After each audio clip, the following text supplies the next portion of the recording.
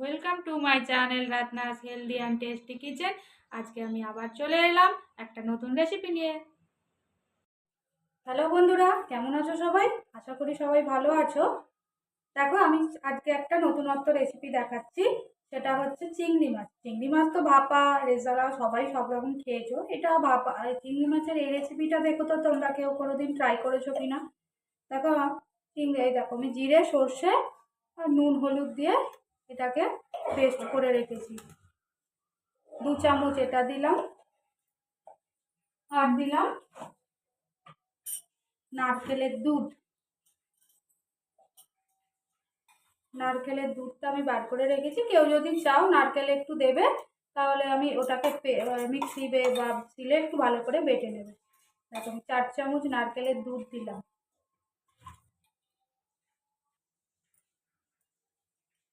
আর দিলাম পোস্ত। আমি এখানে ওই চামচেরই 1 চা চামচ পোস্ত দিলাম। যদি ভালো লাগে রেসিপিটা অবশ্যই ট্রাই করে খেয়ে আমাকে জানাবে কেমন হয়েছে। আর তার সাথে চিংড়ি মাছ তো অনেক ধরনেরই খাওয়া হয়। দেখো, কথা বলতে বলতে আমি একটু নুন ও মশলার আন্দাজে একটু দিয়ে দিলাম। আর চিংড়ি মাছটা জানো তো আমি ভেজে রেখেছি, নুন হলুদ দিয়ে ভালো করে ভেজে রেখেছি। পরিমাণ মতো একটু নুন দিলাম। আর আমি যে পাউডারটা করে তোমাদের আগের ডেসক্রিপশনে আমার এই পাউডার দেওয়া আছে, তোমরা বললে আমি আবার শেয়ার করে দিতে পারবো। ওই সামান্য একটু, খুব সামান্য 1/2 চা চামচের মতো ওই মশলা দিলাম। আর দেবো একটু ভিনিগার, তার সাথে দেবো কাঁচা লঙ্কা। দেখো, আমি এই ভিনিগারটা দিলাম। ভিনিগার দিয়ে এটা গুলবো। একটু দেবো সর্ষের তেল।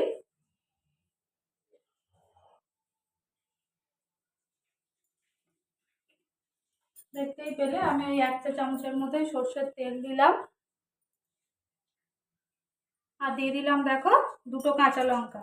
কাঁচা লঙ্কা দুটোই দিলাম, কারণ যেহেতু আমার মশলাতেও শুকনো লঙ্কা আছে, আর আমি সর্ষেতেও 2টো লঙ্কা পেস্ট করেছি, দুটো না 3টে। তো এটা হয়ে গেল আমার চিংড়ির মশলা রেডি। এবার আমি গ্যাসটাকে জ্বালিয়ে দেবো। গ্যাসটাকে অন করে আমি কড়ার মধ্যে, এই রান্নাটা একটু সর্ষের তেলে হলেই ভালো হয়, জানোই তোমরা।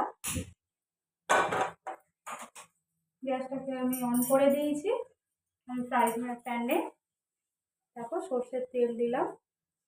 এখানে আমি ওই 2 চামচের মতো, 2 থেকে 3 চামচের মতো তেল দিলাম। তেলটা একটু গরম হলে, দেখো তেলটা গরম হয়ে গেছে, আমি এই মশলাটা এবার দিয়ে দেবো। একদম গ্যাসটা একদম কম করে নেবে, কারণ সর্ষে তো বেশি মানে কষালে আবার তিতো হয়ে যায়। এটাকে সামান্য একটুখানি জাস্ট নাড়াচাড়া করবো।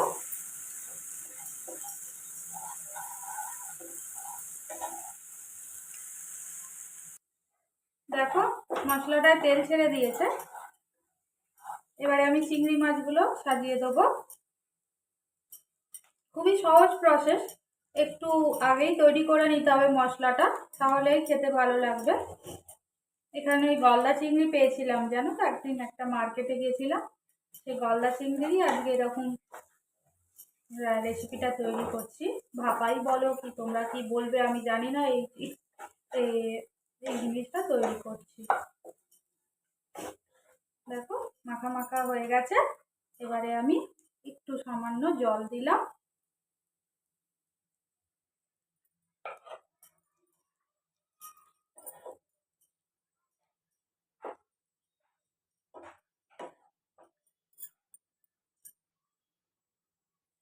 দেখো, চিংড়ি মাছগুলো একটু জল দিয়ে ফুটলো। এবারে আমি গ্যাসটাকে আগে বন্ধ করে নেবো, নিয়ে চিংড়ি মাছ আর এটা একটা টিফিন কারিতে দেবো পুরোটা। এই কষিয়ে, সবাই তো কষিয়েই নামিয়ে দেয়, কিন্তু এরকম করে কষানোর পর তারপরে যদি তোমরা আবার ভাপাও, দেখবে তার টেস্ট এত সুন্দর আসে খেতে। আর গন্ধ, বাপরে! খুব দারুণ লাগে গন্ধ। তো দেখো কথা বলতে বলতে আমি মশলাটা আর এটা এর মধ্যেই দিয়ে দিলাম টিফিন কারিতে। আমি চিংড়ি মাছ অল্প বলেই ছোট টিফিন কারিতে দিলাম, তোমাদের বড় হলে একটু বড় জায়গা নেবে। তো যাই হোক, দেখো এইভাবে আমি চিংড়ি মাছটা নিয়ে বসিয়ে দিলাম। এবার আমি কড়ায় জল দেবো। দেখো এইভাবে টিফিন কারিটা একটা স্ট্যান্ডের ওপর বসিয়ে এবার এটাকে ঢাকা দিয়ে দিলাম 10-15 মিনিটের জন্য। এটা একটু ফুটবে। দেখো 10 মিনিট মতো আমি করে নিয়েছি। এবার আমার ঠান্ডা হয়ে গেছে এটা। আমি এবার টিফিন কারিটা খুলবো। দেখো তৈরি হয়ে গেছে আজকে আমার কষানো চিংড়ি ভাপা। ঠিক আছে, আর আমি তেল আর দিইনি। তোমরা যদি চাও যখন টিফিন কারিটা বন্ধ করবে তখন একটু তেল দিতে পারো, যেহেতু আমি দুবার তেল দিয়েছি মশলা আর এতে। দেখো এমনিই তেল ভেসে উঠেছে। হ্যাঁ, আর দুটো কাঁচা লঙ্কা দিয়ে দিয়েছিলাম। তোমরা চাইলে আরও বেশি দেবে। তো অবশ্যই এটা খেয়েও ট্রাই করো আর আমাকে জানিও কেমন হয়েছে। টাটা। আমার রেসিপিসগুলো যদি আপনাদের ভালো লেগে থাকে তাহলে অবশ্যই সাবস্ক্রাইব, শেয়ার অ্যান্ড কমেন্ট করবেন।